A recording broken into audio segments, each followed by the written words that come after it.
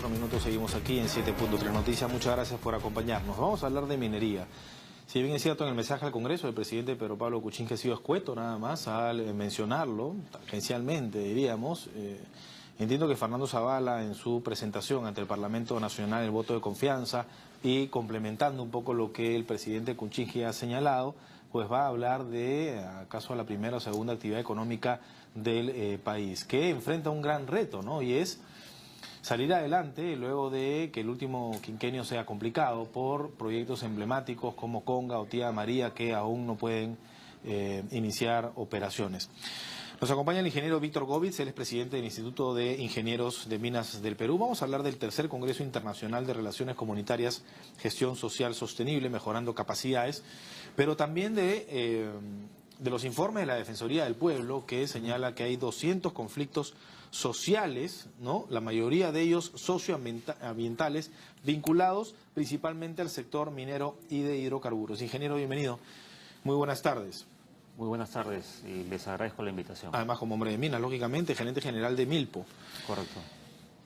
¿Cuáles son los retos que Pedro Pablo Kuczynski debe asumir? No sé, en esta transición de gobierno a gobierno, ¿cuánto puede cambiar el simple hecho de que se haya cambiado a, valga la redundancia, al jefe del Ejecutivo, digamos? Claro, lo que esperamos todos es que tengamos a través de esta nueva presidencia una mayor capacidad de comunicación, ¿no? Tenemos que lograr comunicar a la sociedad plena del Perú la importancia de un sector económico como la minería, y no de ahora, sino de toda su historia, republicana y pre-republicana, ¿no? ¿Cuál fue, en su opinión, el error del gobierno pasado, que inició con el conflicto entre agua y oro, ¿no? Claro, oro y agua, ¿no? Así es, que quizás haciendo la reflexión completa hay que hacer una más amplia comunicación y difusión del impacto económico positivo y cómo esta inversión minera, esta producción minera genera una serie de beneficios no solamente para el gobierno central, sino sobre todo a toda la comunidad, a la población altoandina, por lo general, que vive alrededor de un proyecto minero. Claro, esa capacidad de comunicación... Eso es lo que no ha habido. Bueno, hasta ahora no hay. Ahora yo tengo, por estos años, digamos, de entrevistas y viendo el panorama siempre, tengo la impresión de que el Estado ha estado muy ajeno, ¿no? Ha estado muy alejado, justamente para no comerse el pleito de pronto del gobierno de Humala, para no ir contra el principio, ¿no?, de su campaña, que era agua versus oro. Se mantuvo un poco al tanto. Entonces, si el Estado no es árbitro, ¿no?, o intermediario, creo que no se va a poder lograr mucho, ¿no? Porque hay un San Benito sobre las empresas, ¿no? Coincido en tu análisis, ¿no? Necesitamos que el Estado sea un árbitro, que el Estado sea un gran comunicador, que el Estado tenga un rol de liderazgo. Claro, y que avale, ¿no? Porque creo que hoy en día las comunidades no creen en empresas, bueno, no creen en el Estado, menos van a querer en las empresas privadas, si es que no les demuestran lo contrario, porque también hay un mea culpa, imagino, de la empresa privada, ¿no? Yo creo que hay una crisis de expectativas, si hay que entenderlo así, ¿no? Somos un país con un crecimiento un poco desigual. Si uno mira la zona costera, las ciudades costeras y la zona altoandina, donde están nuestros proyectos, y hay una crisis de expectativas, ¿no? La población local alrededor de un proyecto minero tiene una alta expectativa y muchas veces el proyecto minero per se solo no puede cubrir esas expectativas, necesita el acompañamiento del Estado. Claro. Entonces, ese entendimiento, ese rol tripartito de Estado peruano, representado por todas sus autoridades, la empresa minera y obviamente la población local en todas sus organizaciones, esa discusión y ese acuerdo tripartito es clave, ¿no? Cuando alguien no está en la mesa, en ese acuerdo tripartito, es poco probable llegar a un acuerdo. Claro. Yo he estado, incluso hicimos un programa de Arequipa hablando del tema de Tía María, ¿no? Y ahí, bueno, en algún momento Sounder propuso hacer un reservorio, no se hizo, en fin, vino el segundo estudio de impacto ambiental. Hoy en día los gobiernos regionales de Moquegua y de Arequipa están haciendo la reserva de Patiture, si no me equivoco, que es una solución a largo plazo. Así es. ¿A qué voy con esta reflexión? Que todos son actores y todos son protagonistas. Uno tiene que tratar de solucionar, digamos, el impasse, de tratar de ver por la minería, ¿no? Porque ya esta discusión de agricultura y minería, yo creo que es absurda, ¿no? Ambos son importantes y ambos se pueden complementar además muy bien, ¿no? Tenemos que verlo desde ese punto de vista, no son disyuntivas, uno sí, el otro no. Claro. ¿Es posible desarrollar ambas? Sí. hay tecnología al día de hoy que permite la convivencia y además la industria minera, hay que reconocer, es la industria minera más formal en términos de legislación y sistemas de fiscalización. Claro. Por lo tanto, es decir, la población en general tiene que tener la confianza suficiente de que es una actividad regulada y que además está ahí presente para el largo plazo. Otro componente importante, la industria minera, voy a hacer una reflexión, una comparación gruesa, no es como un restaurante, que ya abre y cierra en un año, ¿no? Son inversiones de décadas y quedan en la región por décadas. Tiene un tremendo impacto económico. A propósito, ¿no? ¿Qué le toca, según usted, a los mineros? ¿Qué responsabilidad tienen los mineros? ¿Por qué? Porque para mí está clarísimo, los gobiernos regionales a veces tienen muchísimo presupuesto y pueden hacer obra social, pueden ayudar a la minería, digamos, en esta tarea difícil de ganarse a las comunidades, ¿no? Pueden ayudarlo, porque pueden hacer obra, pueden ayudar a invertir en salud, en educación, también lo pueden hacer. Pero bueno, la minería también los mineros también tienen sus responsabilidades. Sí. No están llegando, no están conectando. Ahora, discúlpeme que generalice, porque hay muy buenos ejemplos. Y además en Arequipa, a kilómetros nomás de Tía María está Cerro Verde, y Cerro Verde le ha dado mucho empleo a los arequipeños y ha hecho que se desarrolle esta región. Pero hay ejemplos y ejemplos. Entonces, ¿cuál sería para usted? Quizás empezando con la reflexión, en estos últimos 5 años se ha logrado hacer la ampliación de Antamina, se ha logrado hacer la ampliación de Cerro Verde que menciona, se ha construido la nueva mina de Constancia, se ha construido la nueva mina de Toromocho y se acaba de terminar de construir la nueva mina de Las Bambas. En el balance hay que tomar también eso en cuenta. Había un crecimiento importante en el Perú, pero hay estos dos casos emblemáticos y quizás la reflexión que nos queda, no sé si me corresponde hablar a mí en nombre de todos los mineros, pero la reflexión que nos queda a todos, estas experiencias buenas y aquellas que no han sido positivas, es de que tenemos que lograr un esquema en el cual la población local se sienta que está participando, que es parte de este crecimiento. Es decir, hay empresas que hablan de valor compartido. Nosotros, en el caso de Milpo, estamos desarrollando un concepto de empresa comunal de manera tal de que la población local se organice y logre brindar servicios, no de manera individual, sino de manera colectiva, en favor de la industria nueva que se establece. Que trabajen. Así es. Y de esa manera, como es una industria que va a estar décadas, el impacto económico va a ser a través de un empleo que forma parte de la cadena productiva del proyecto minero. En Cajamarca se cuestionaba mucho eso, ¿no? No contratan a cajamarquinos, contratan a arequipeños, a puneños, a extranjeros, no le dan trabajo a los... Se tiene que, haciendo la reflexión, se tienen que crear fórmulas de manera tal de que la población lo más cercana local sienta el impacto directo. Correcto. ¿No? El impacto indirecto va a estar, vía impuesto a la renta, vía canon minero, vía desarrollo de proyectos de infraestructura local. Pero eso es lo que llega después. Claro, la fórmula de la posta médica del colegio ya es insuficiente. Es necesario, pero insuficiente. Ya es insuficiente. Ahora, los líderes de las comunidades se han un poco empoderado, ¿no? Me parece, luego la ley de consulta previa, que no debería ser vinculante, pero no sé si ha sido mal interpretada, ellos lo han interpretado mal, el Estado no ha sabido difundir... Sí, es una experiencia nueva. Felizmente el tema de consulta previa solamente se aplica para aquellas comunidades que se definen como oriundas. No es toda eso lo sabemos nosotros, pero... No es todo el territorio del país. Correcto, pero muchos amparan en que es a nivel país, ¿no? Y se equivocan. Pero nuevamente, yo creo que en el fondo hay una crisis de expectativas.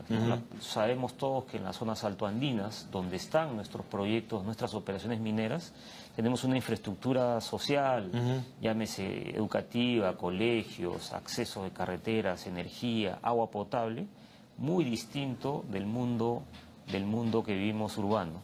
Entonces, esa crisis de expectativa tenemos que cerrarla, claro. Tenemos que lograr un acuerdo, porque somos una industria que, digamos, aporta progreso al país y a esa región a donde está localizado el proyecto. Y que al final se ven beneficiados todos, ¿no? En principio las comunidades en la zona de influencia y luego pues la región y de ahí todo el país, ¿no? De ahí todo el país, correcto, correcto. Este evento, el Congreso Internacional de Relaciones Comunitarias, coméntenos, ¿es un poco eso, proponer, por ejemplo, ¿no? esta iniciativa de la empresa comunal que se ampara en la Ley de Comunidades Campesinas? Sí, es un evento que se organiza en la Universidad Nacional Agraria y que va a ser del 17 al 19 de agosto. Es el tercer Congreso Internacional.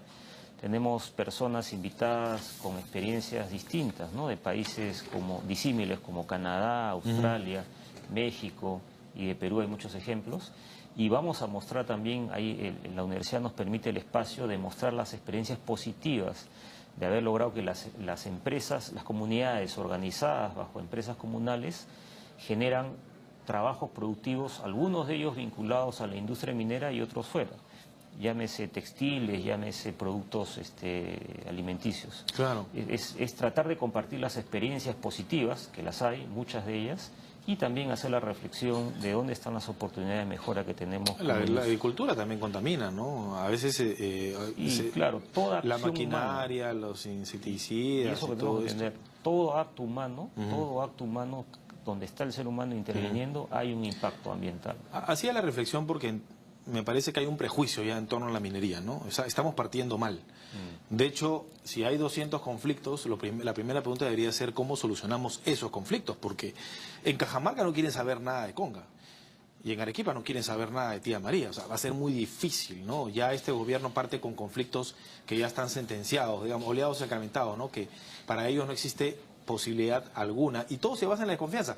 En Tía María, yo he conversado con gente de Cocachacra y con geólogos también, y en fin, con todas las partes, y ellos dicen, no, la empresa me está mintiendo, ese centro de monitoreo es mentira, ¿no? Entonces ya si partimos de una desconfianza, no avanzamos, ¿no? Mira, yo soy ingeniero de minas y tenemos, quizás por deformación somos optimistas, ¿no? Yo creo que en ambos casos, vía el diálogo, tenemos que lograr desarrollar esos proyectos. Es un activo importante del país, es un activo que, no importa en manos de quién esté, genera riqueza para el país. No nos olvidemos de eso, ¿no? Es decir, sí, claro. Hay que cambiar el chip de... El chip de eso, y tenemos que hacerlo vía el diálogo, nuevamente, como dije, tripartito. Tiene que estar el Estado presente, tiene que estar la empresa minera, sin duda, y tienen que estar los actores locales para lograr ese entendimiento. Bueno, y vi el ejemplo también, pues hay que difundir el ejemplo, los ejemplos buenos. Hay muchos ejemplos buenos. ¿No? Que son muchos, efectivamente. Y también reconocer de que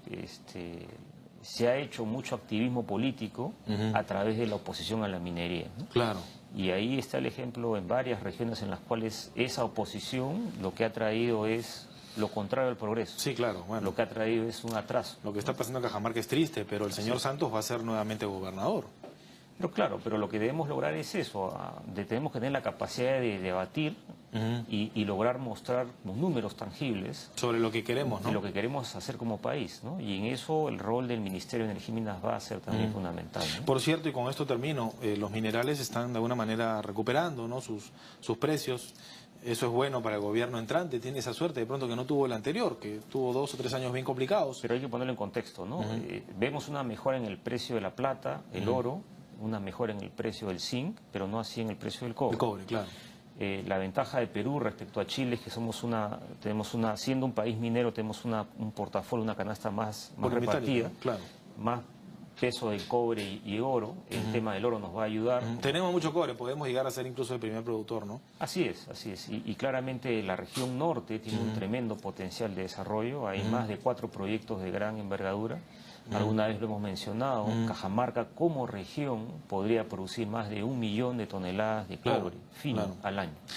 O sea, todavía, perdón, el cobre entonces todavía no es tan viable como antes, digamos, hay que trabajar en el tema del cobre va a tener que aplicarse mucha ingeniería para lograr hacer viables muchos proyectos mineros, ¿no? Entonces ahí no es algo que descarto, pero no es una ecuación tan simple de decir mañana lo ponemos en valor. Bueno, en plata sí somos los primeros, ¿no?